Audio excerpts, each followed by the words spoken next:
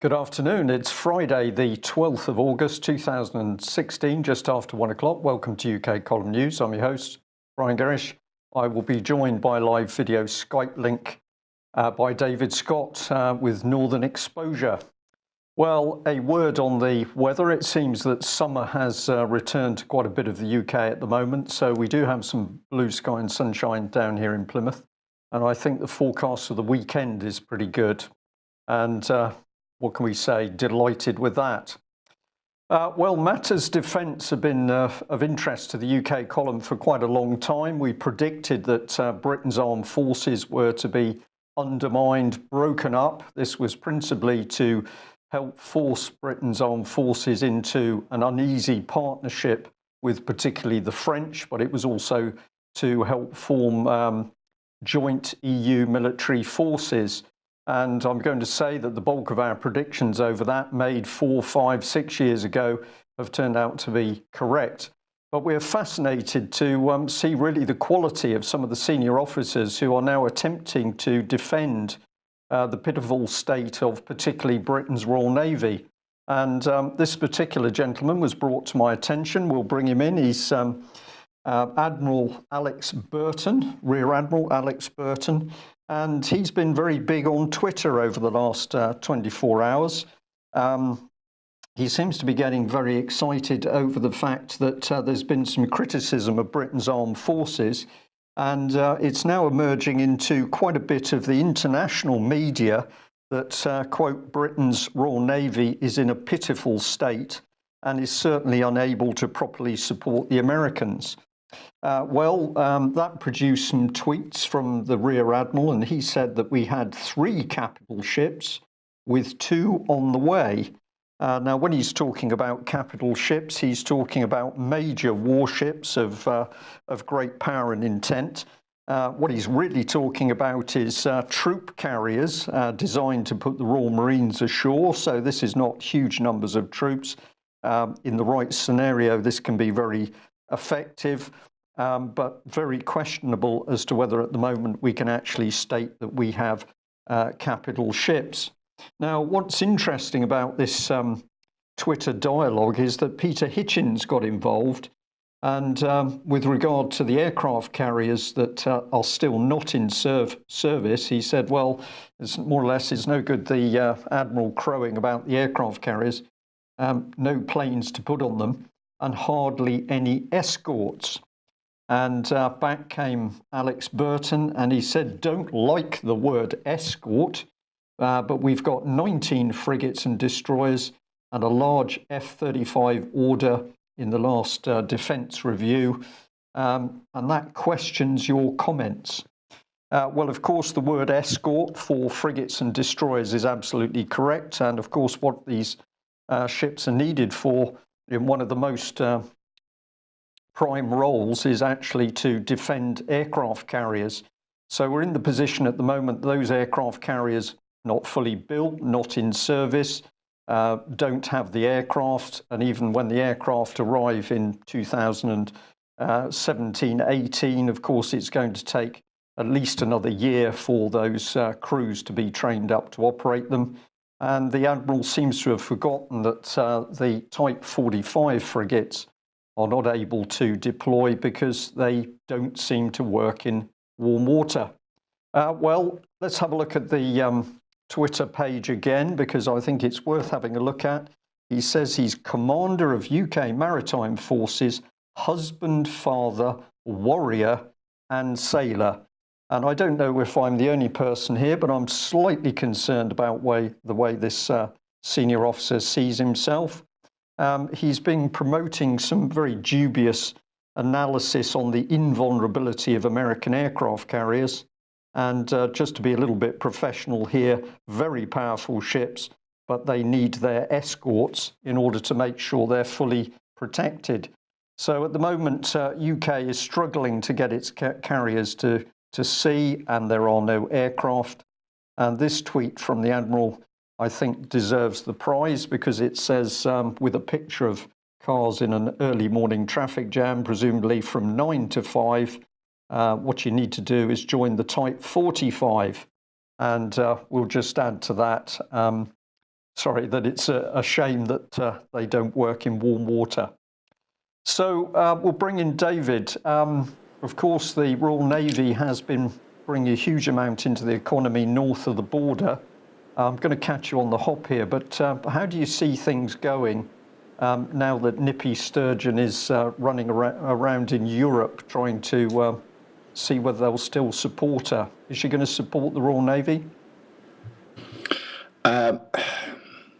Well, no, because Nippy Sturgeon wants her own navy.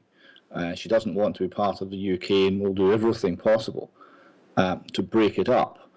I have to say, as someone who's not got any military background but has looked at the history of these things just to quite some extent, I've been astounded at the decisions that have been made regarding the Royal Navy, scrapping the carriers before new ones are serviceable, scrapping the Harriers before we have a replacement, scrapping the maritime patrol aircraft. It looks, even from a uneducated, non-service background, utterly incompetent. I can't imagine that Nicola Sturgeon will improve this situation.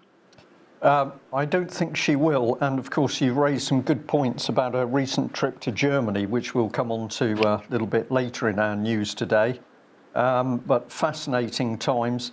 Incompetence seems to be coming in everywhere, appearing everywhere. We've got a breakdown of public services, an inability to do things which as a nation we used to do very well many years ago.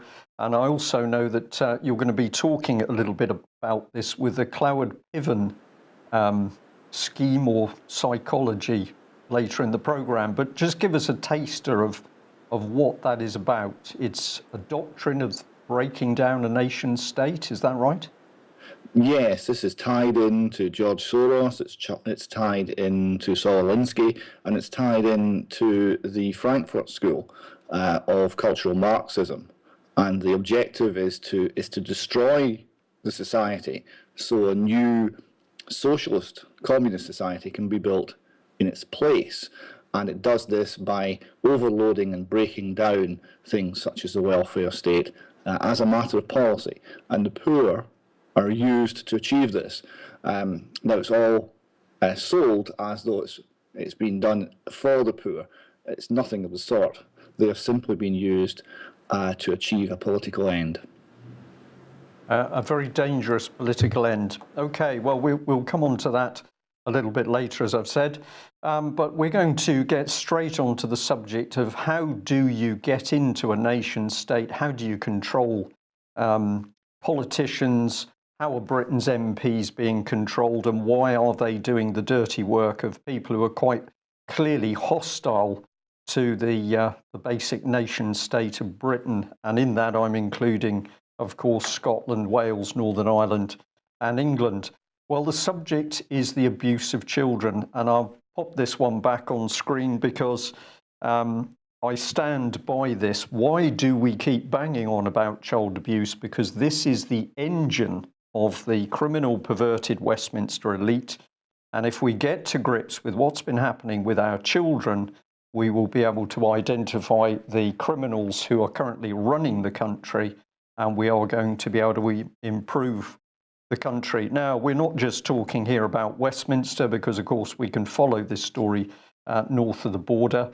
And I'll recap here. We did bring this up on screen the other day, but we've got some really excellent letters that have been written principally by a lady, member of the public, but she's got straight to the point. This is one letter that she's written to Jack Murray, who's the Child Protection Policy, Children and Families Directorate, quite a mouthful, but a man who is essentially in charge of the protection of children in Scotland, and she takes him to task. But of course, the same lady has also written a letter to Ms. Sturgeon. Now, it's quite long, but I'm going to ask people to stay with me because this is really a fantastic piece of text where somebody has completely nailed Ms. Sturgeon and the Scottish Government.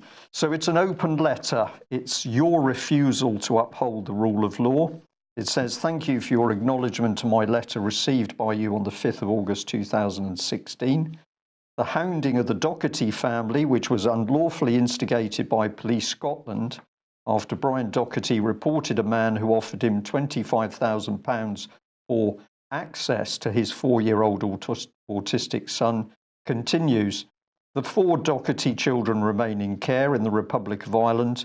Their perfectly sane parents are remorselessly pursued with a view to sectioning them, brackets, shades of the old USSR. Scottish institutions sink further and further into a mire of corruption as no attempt is made to remove the rogue elements busily engaged in debasing them, and you indicate by offloading the responsibility onto other less potentially effective shoulders that all this has nothing to do with you. Are you happy to be presiding over a country where the powers of law enforcement are conferred, in the words of prominent Scottish journalist and supporter of the SNP, Kevin McKenna, as a feral and out-of-control police force, which, armed with guns and accountable to nobody but itself, is running amok, which, far from maintaining law and order, has apparently entered into a criminal conspiracy with a foreign government to attack those whose lives and property it is paid to protect? What kind of independent Scotland do you envisage? Is it one where the rule of law no longer holds sway, where criminals masquerading as police officers terrorise the population and children can be stolen, screaming, from their parents by virtue of fabricated concern reports? Please note, once again, Janice and Brian Docherty have never been accused of any crime. No valid case against them has been advanced in a Scottish court. No trial is taking place, or indeed likely to take place.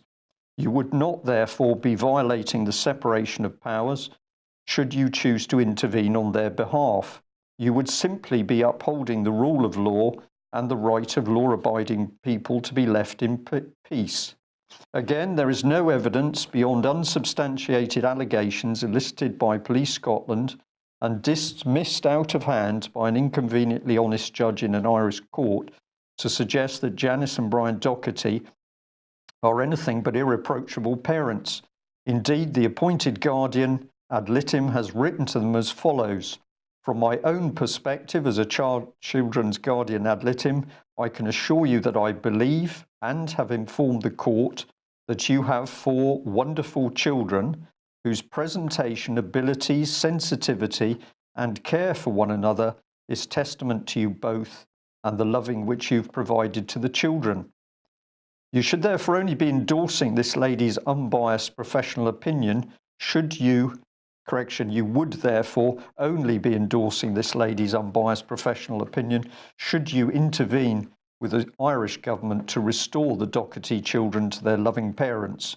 You know, and the Dochertys know, and those of us who have been writing to you on behalf of the Dochertys know, that there is no lawful reason for you to refrain from offering this lady your assistance. Please stop spinning the line. Yours sincerely, Gillian Swanson. David, this is a really incredible letter because it takes quite a lot of information. It just drills into the key elements of this case. Do you expect Nippy Sturgeon to respond? It will be the line. But it's beautifully put, and I think that letter's fantastic. One of many fantastic letters that have been going in from many people to the authorities, and pointing out that simply saying, well, I will point you in the direction of the complaints department for X department is not good enough. There's clear evidence of criminal wrongdoing. To do nothing is to endorse that criminal behaviour, is to protect that criminal behaviour. And the nothing that we're getting from Nicola Sturgeon and so many others, including Enda Kenny in Ireland, is simply unacceptable from a point of view of lawful conduct. Right. Good news. We have got some movement, I believe, with, well, information that's coming in about the case itself. Now, I know some of this is very sensitive and we're having to protect identities of people giving us information. But can you give us a little bit on the latest with regard to help from the public? Yes, we are getting quite a lot of information.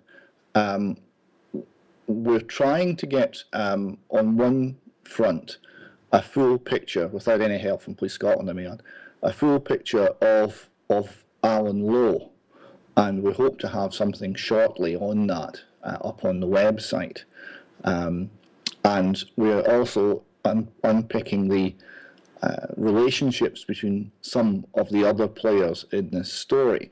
It is now known to us, for example, that the policeman named the designated perjurer by the Dochertys, who appeared in Ireland to give evidence against them. This is a policeman they'd never met, who'd never met their family.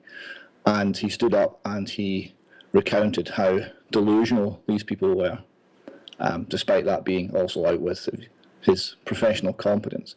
Well, he is also in the same office as many of the other players. We're talking a friends network here, operating on one level against the Dochertys. And we're starting to make those links between the individuals. But on a much larger scale, we have had shocking testimony come in to us from well-connected people that has substantiated essentially every single allegation that the Dochertys have made.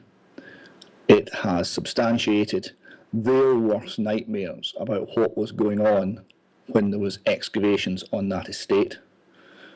It refers to bodies, it refers to the disposal of bodies, and it is stunning evidence, and we're looking to add to this, and there will be more to report in weeks and months to come. Okay, right, thank you very much for that. And one of the themes really that we can say in these investigations is that it's quite clear the public is now starting to move. Individuals are prepared to start asking questions and write letters. And of course, this is really what is essential in order to bring our politicians and people who are in control of this situation to book. Well, let's just remind ourselves that problems with children are not restricted to UK, but I've just dropped in this particular report because it's pointing out that the Anglican Church is under huge pressure. This is in Australia, Newcastle, but we've got exactly the same thing, that a policeman trying to investigate the sexual abuse of children connected with the church has been harassed and attacked. David, I think you know a little bit about this one.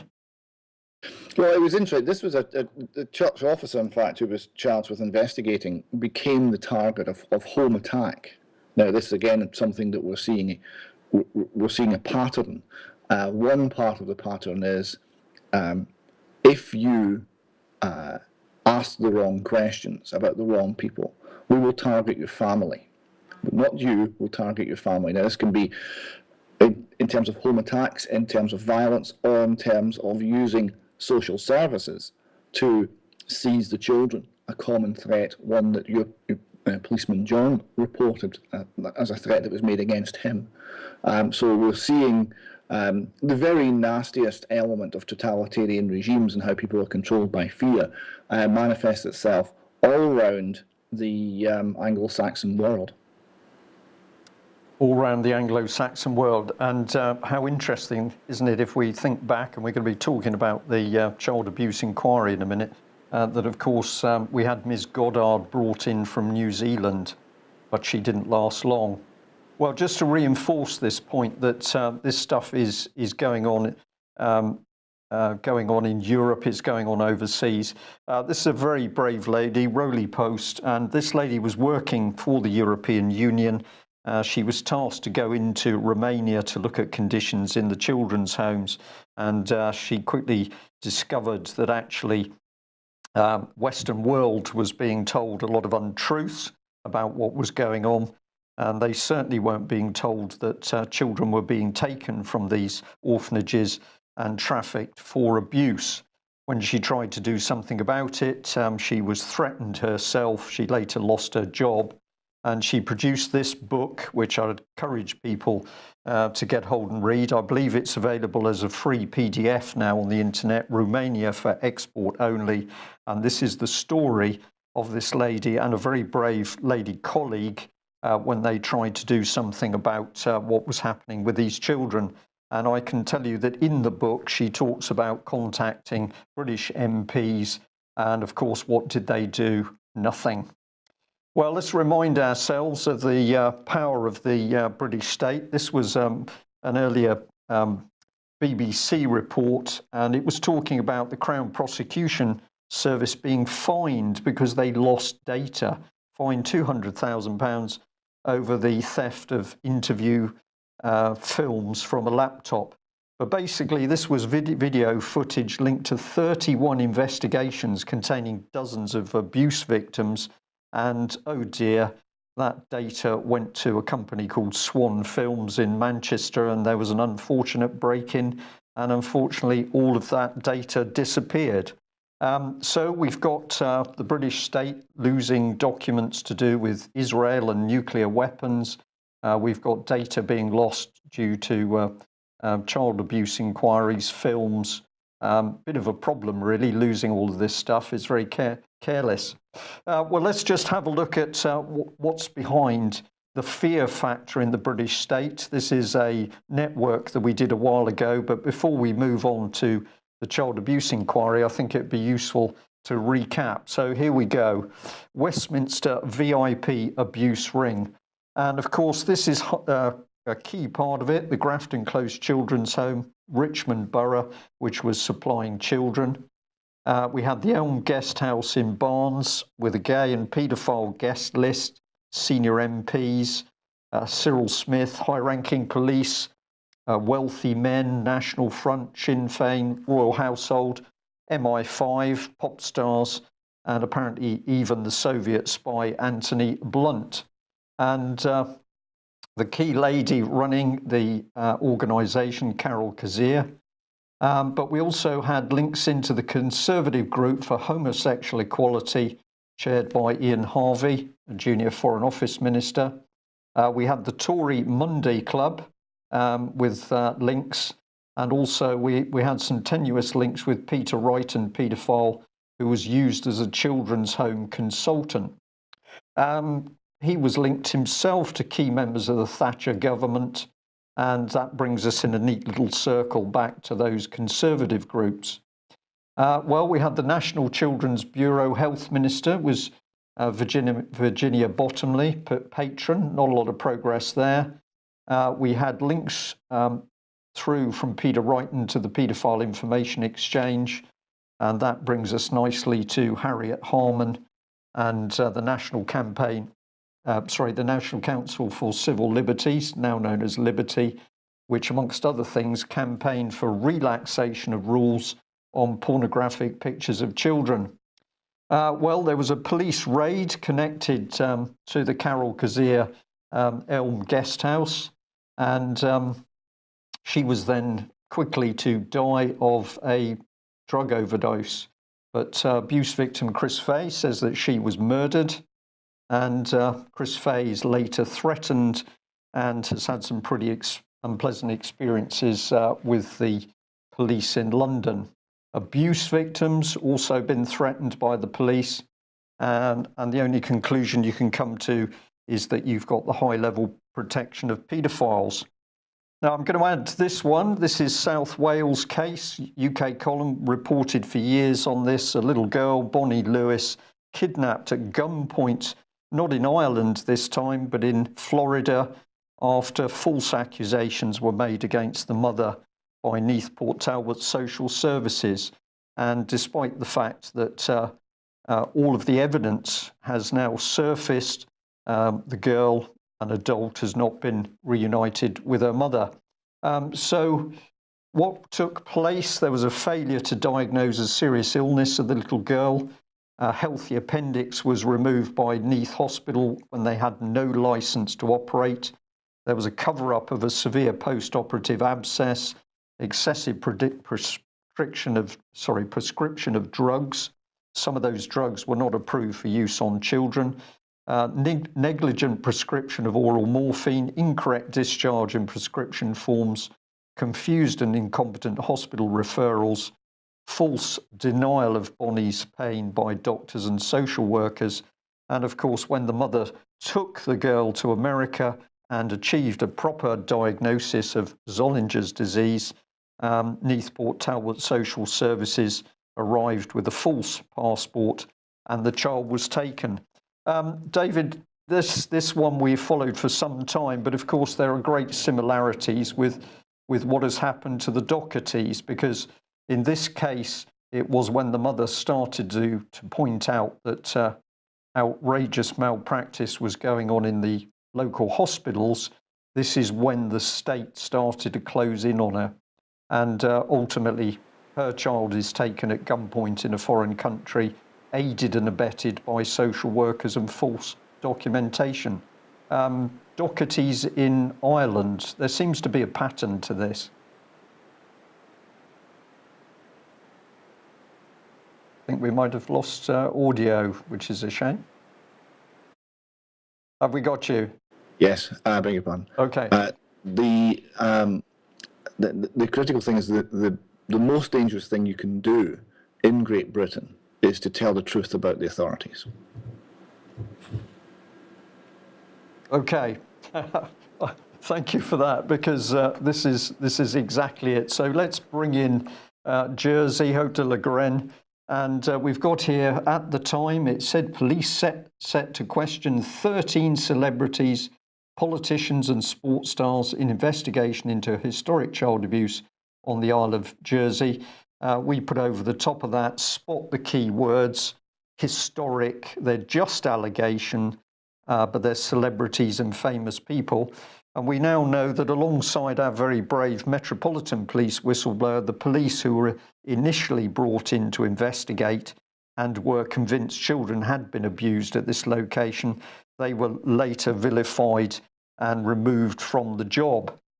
And this is a example, Brian, is of course. Can we come back on screen, Theo, please? Is the allegation, because this is a coastal location, and the allegation is that the bodies of victims are disposed of at sea, so there are no remains to find by excavating, because they're disposed of at sea. Indeed. Okay, well, let's just bring this one back on screen, because this was a report. I've chosen the BBC, but it appeared in other places, that in a Norfolk paedophile ring case, the police were investigating social workers. And this is where we start to get to the nub of the system, that if we have paedophiles embedded in the very services which are supposedly there to protect children, then of course we're in a very dangerous position. And we can follow that with this lady. We've got Susie Smith, admitted falsely accusing a gentleman called Jonathan Coupland of attacking his 6-year-old child in an official custody case note. She said, "I was under pressure at the police station to exaggerate or confirm what I'd written." Note what the panel says at the bottom of the screen there. It said that the investigating panel had found she'd made the false allegation, but did not do so dishonestly. And they're going to decide whether she's guilty of misconduct later. David, I had great problems with this, that she made a false allegation, but she didn't do so dishonestly. Can you explain that to me? That's a tricky one, Brian. That's difficult. I had a similar situation with in a business dealings with the Clydesdale Bank in Scotland, where their manager was lying to me as a matter of policy. And when I raised this with senior managers within the organisation, they said, well, what do you expect us to do? You know, what other policy could we possibly follow? I did suggest that thou shalt bear no false witness would be the policy. And the line went very quiet for a while after that. Is this a situation where we no longer have any idea of what truth means?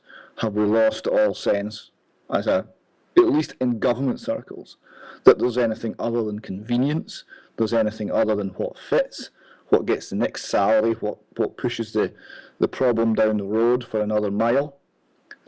Ideas such as there is a thing that is truth and there is a thing which is falsehood seem to be out of favour. It's all just one grey area. Everything's lukewarm, and therefore there is no truth. There are no lies anymore. Is that what we're seeing? Are we dealing with people and organisations who are actually incapable of telling right from wrong? David, my opinion, we're absolutely seeing this, and this is policy which is not being driven into the civil service. It has been driven in, and we are now suffering from the result, so that we see the responses in terms of lines and spin, and we are not seeing the truth.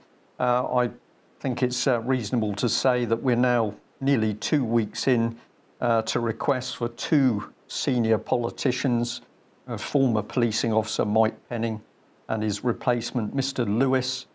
We've asked them to comment on the testimony of our Met Police whistleblower. A stunning silence, absolutely nothing, no acknowledgement, no thank you for the information, no concern, a wall of silence.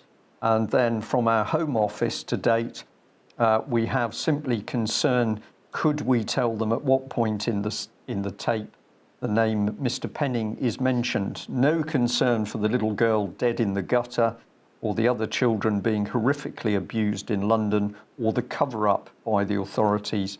But the only concern, oh dear, at what point was the name of Mr. Penning mentioned? So we'll just push home this point about how the system works. Let's bring in our unfortunate social worker who lied honestly or dishonestly, I can't remember now, but she did lie over the abuse. And she is part of this system, so that we've got social services using historic information, hearsay and perjured evidence to accuse the parents. The local authorities abuse their powers, falsify evidence, and they take the children. The legal teams act as integrated units with social services to persecute the parents. This is quite an industry. The parents, of course, get stressed and distressed, but are affected to fight for their child in a secret court outside of the eyes of the public. The parents take on legal advice from law firms who profit from the case, and the parent solicitor then works behind their backs, collaborating with the local authority and legal team. The children gets appointed a guardian, those guardian ad litems.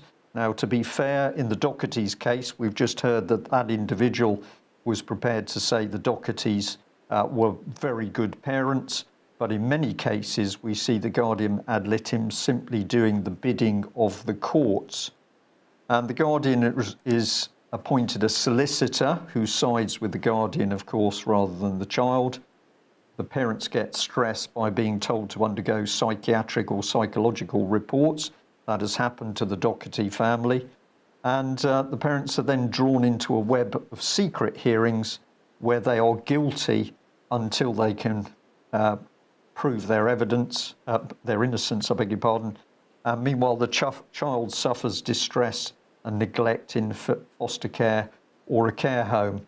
And at the centre of it, we've got law firms, local authorities, care homes, charities, feeding off the children and earning billions.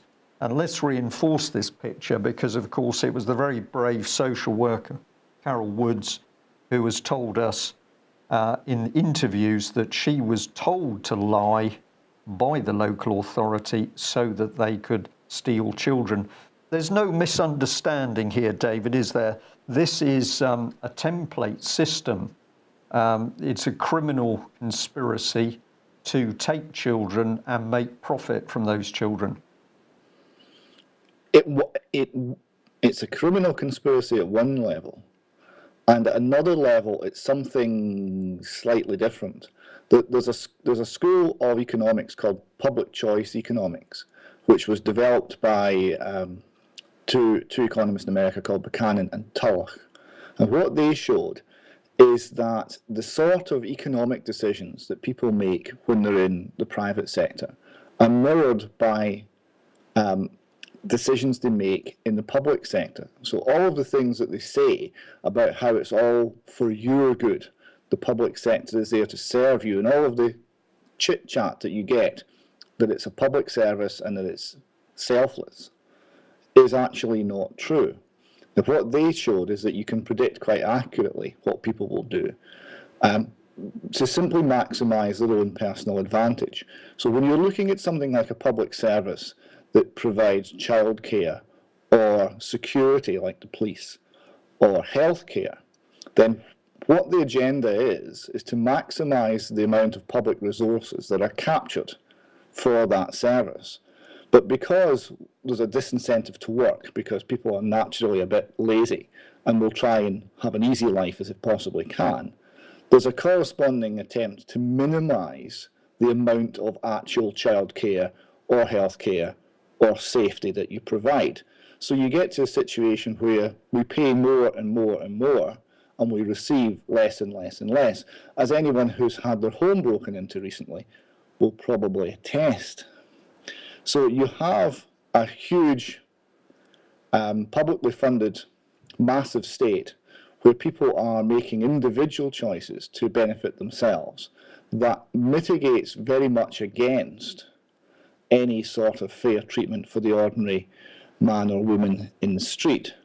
And on top of that, and utilising that, there's a far more insidious criminal conspiracy where people are very much involved in the very worst criminal activity, be that fraud, be that murder, be that abuse of children, or be that quest for political power using all of the above.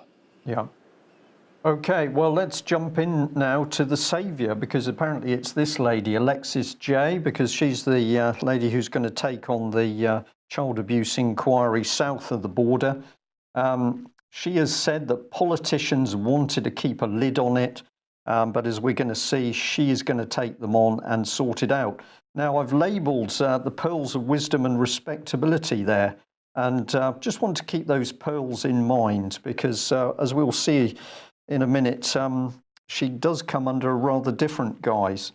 Well, I went to look at her report in Rotherham, Independent Inquiry into Child Sexual Exploitation in Rotherham. I encourage people to get hold of this document because it is remarkable how bland it is. It does not name individuals. It does not call for prosecutions. It does not take individual failings in public office, malfeasance in public office, whatever it is. It is a wonderfully crafted document which gives some lessons learnt, but there's no substance to it. Don't take my word for it, have a look. And I also noted that, and I think this is very significant, it did not draw any conclusions. Normally in formal reports, you have the body of the document, and then you draw conclusions from all of the work that's gone into that main body. And from the conclusions, you make recommendations. Not so in this report. You simply have the text of the report, and then suddenly it jumps into these amazingly bland recommendations. Well, let's have a look at the lady without her pearls. And here she is. She said, she didn't. I decided to say this is the reality, that she decided to keep her Rotherham report clean. No names, no recommendations for police investigations and charges to be brought, no conclusion, no worries. But there she is with a very fine Egyptian collar. Presume that'll be something to do with her rank. And what else did she say? Well, she said, no one knows the true scale of child sexual exploitation in Rotherham over the years.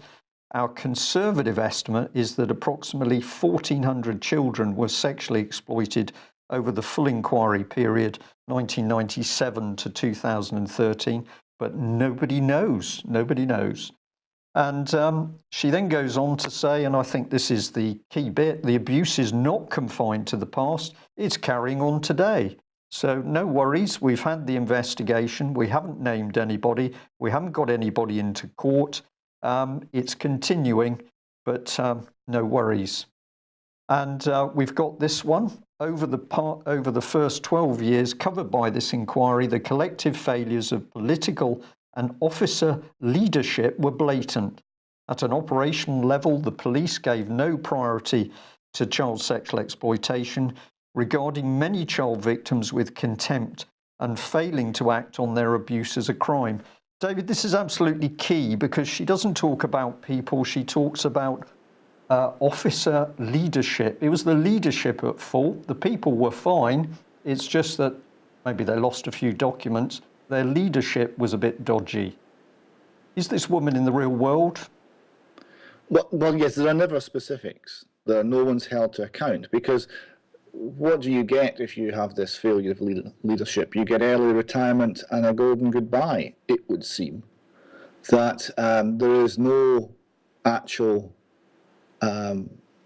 price to be paid. I seem to remember, Brian, in the Royal Navy, they used to hang one or two of the admirals every now and again to encourage the others. I understand that actually worked quite well. If we had a situation where some people in serious positions of power were actually prosecuted and actually did some jail time for what they did, for the decisions that they made, perhaps we would see an entirely fresh attitude amongst those who allegedly serve us. Indeed. I think the sad part is that the hanging was largely of the sailors and not of the admirals, but certainly I think it would work quite well with the establishment figures. So we've got this. This is where she takes the thing. Let's have a look at this statement from her. In 2013, the council leader, no name, who has held office since 2003, apologised for the quality of the council's safeguarding services being less than it should have been before 2009. This apology should have been made years earlier, and the issue given the political leadership it needed.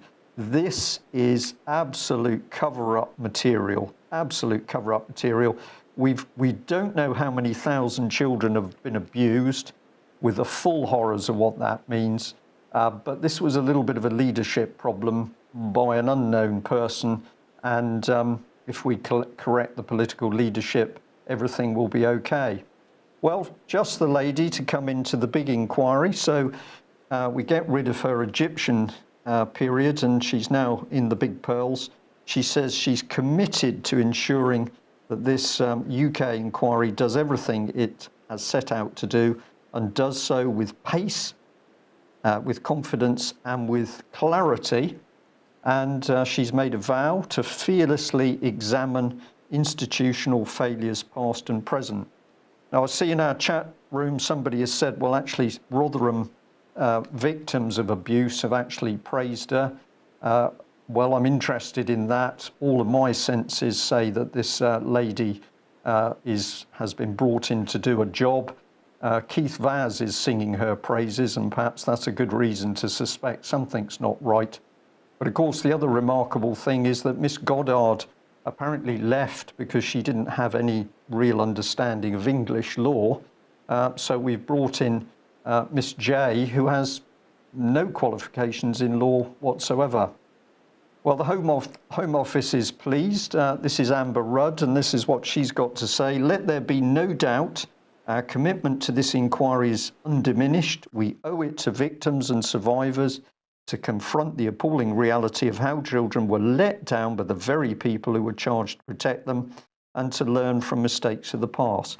And this is the same Amber Rudd who runs a department, I think, of some 15,000 people that were unable to listen to the Metropolitan Police officer's testimony until we sent them their own special copy for somebody, an unnamed individual, to assess that.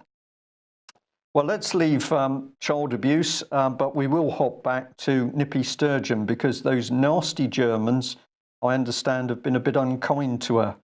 You've been following her on her tour of, well, where's she been? Berlin, I think it is, David. Well, she went to Berlin, and the embarrassing thing was all of the major politicians in Berlin had left. And there was really no one there of any stature to meet her. So she was interviewed on German television, and the first question was, Ms. Merkel's not meeting you, the Deputy Prime Minister's not meeting you, the Head of Finance isn't meeting you, the Foreign Secretary's not meeting you. Do you feel you're not welcome in Germany? That was the opening question, and it went downhill from there. So yes, Nicola's attempt at being a world stateswoman is still rather struggling. Yeah, well, I'd have to confess I did take the snapshot from the video, and I did capture her with her eyes closed, but perhaps she is actually blind to the realities of the politics she's now got herself into. But there is good news because, of course, exclusive reports that you found for us here that she's now joined the French resistance. What's going on? Yes, this is a tweet that she's here dressed up as someone who's joined the Scottish resistance, and the suggestion is, having failed in Germany, she's going to try and ally herself to France. We've tried that before in Scotland. It's not always gone well, Brian. No, apparently not. We'll have to have a separate discussion about that one, David. But more good news, and that is that people who've been politically advising former Procurator Fiscal Eilish Angelini seem to be in sticky troubled waters at the moment. And Peter Watson's name is still being linked in with the trouble around Heather Capital. This is quite a good report from, I think this is Peter Chirby, is that correct? This has been a Kirby's report, yes. I encourage people to look this one out. There's a lot of detail there. This is Levy and McRae. People who have followed the Holly Gregg, Robert Greene affair will know Levy and McRae very well. They were the key law firm in Scotland when it came to silencing media.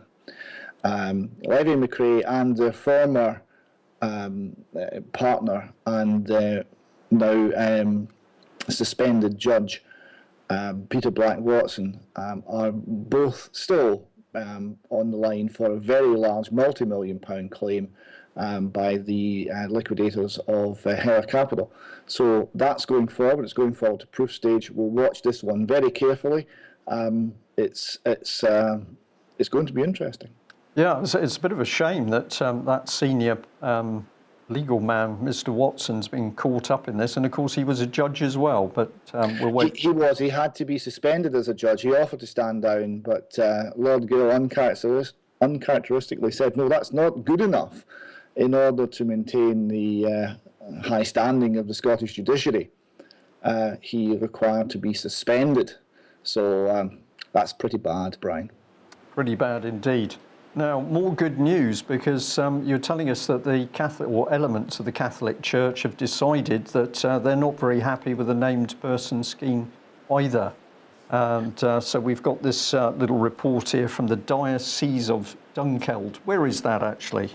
Well, that's in the where I am. That's the local archdiocese that goes up to as far as Dunkeld Cathedral, and covers Perth and all areas round about. Now, you have to give us the detail, David, because anything north of Exeter is a little bit scary for us. So. Yes, well, it's all of those nice hilly areas that I took you around when you came up to see us some months ago. This is a very interesting issue here because this is 2 years and more into the No to Name Person campaign. They've been through 3 court hearings.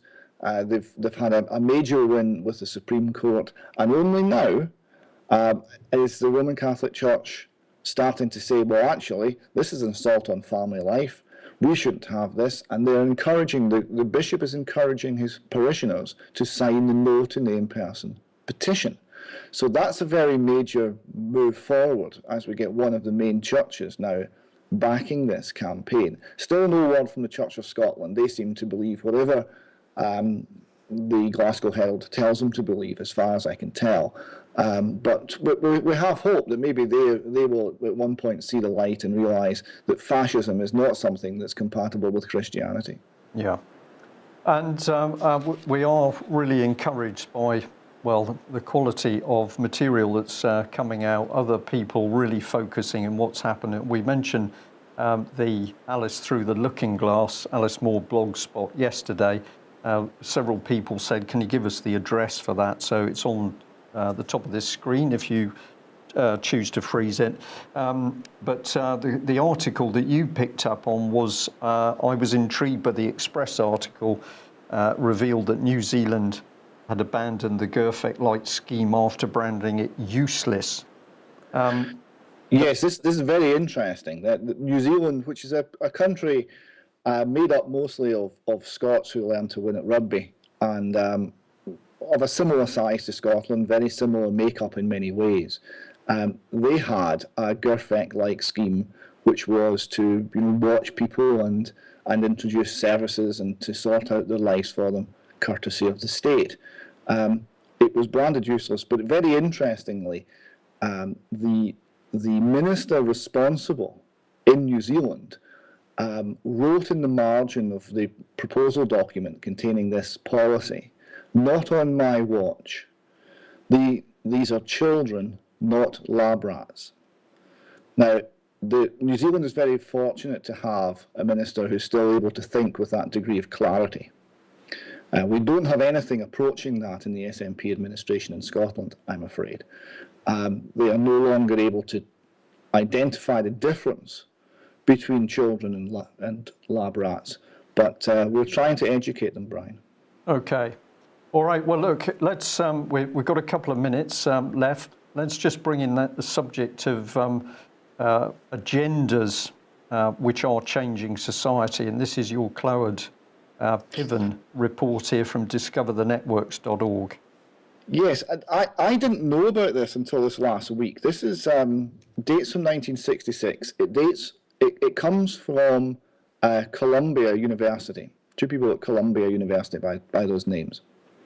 Now, Columbia University, interestingly, is the university to which the Frankfurt School cultural Marxist cabal fled when they were thrown out of Germany with the rise of the Nazi Party. So they went to Columbia and they took all of their ideas to Columbia, and they didn't return to Germany until the late 1950s. So you see these ideas having taken root in Columbia now coming back out.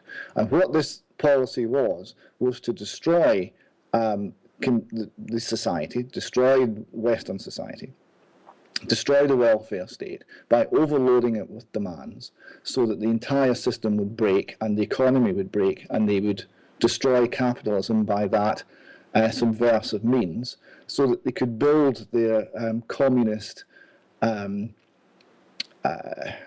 utopia on the ruins that they would have created. So it's a very interesting read. It looks at how policy decisions were made. They were backed by George Soros, amongst others. They were using ideas from Saul Alinsky, and it was couched in terms of protecting the poor, but what it was actually about was destroying society.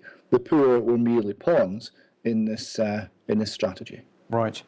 And of course, we got many other indications that these malicious political agendas are what's causing the problem in the country. We've only got to look into David Cameron's Big Society, based on the works of Marxist Saul Alinsky, to see that it's pretty obvious what's going on here. But this, of course, is a cross-party agenda.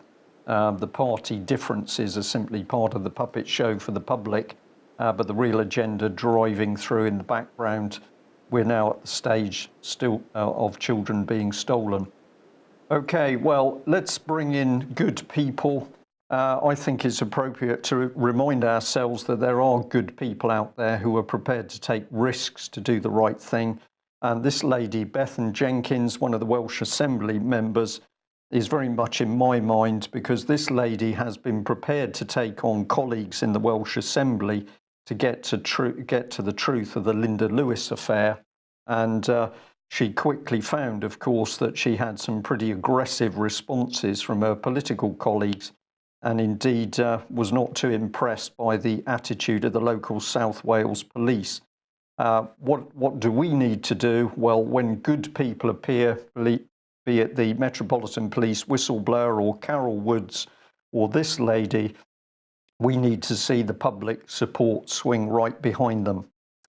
And we'll end on the fact that the public is using its wise eyes to see what's going on.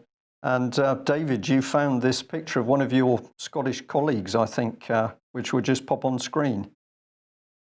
This is the great potu bird, and I spotted this on a tweet. I thought the best tweet of the year, and the tweet said, we should nominate the great potu bird as the official animal of 2016, because it really sums up the spirit of the thing. Yeah, excellent. I encourage people to go and have a look at, you should be able to Google this quite easily and find a site with quite a lot of detail about these birds, and pretty interesting they are too. Well, thank you very much for joining us, David. As always, we're going to stay on the case of what's happening with UK's children, because if we do that, we know what our politicians are really up to. And of course, if we have politicians who are prepared to lie over the abuse and murder of Britain's children, those same politicians are prepared to lie over every other policy statement they make, be it defence, the economy, the NHS, or the general state of the nation. We need to change these people. We need to do it by lawful means. And that is why the British Constitution Group has now launched a new programme, which is Restore the Rule of Law. And that is exactly what we need to do if we are to stop this very dangerous and sinister decline of democracy in UK. Thank you very much to all of you that continue to give us information. We couldn't do what we do without you. And as we always need to say, if you're not yet a subscriber or a donator, please consider doing that, because we are getting more and more requests to help other people in order to travel, laptops, telephones, whatever else it needs, particularly if they're people who've been victimised by the British state. That's it. Thank you for joining us. We will be back same time on Monday, hopefully with Mike Robinson also in the studio. Thanks for joining us. Bye-bye.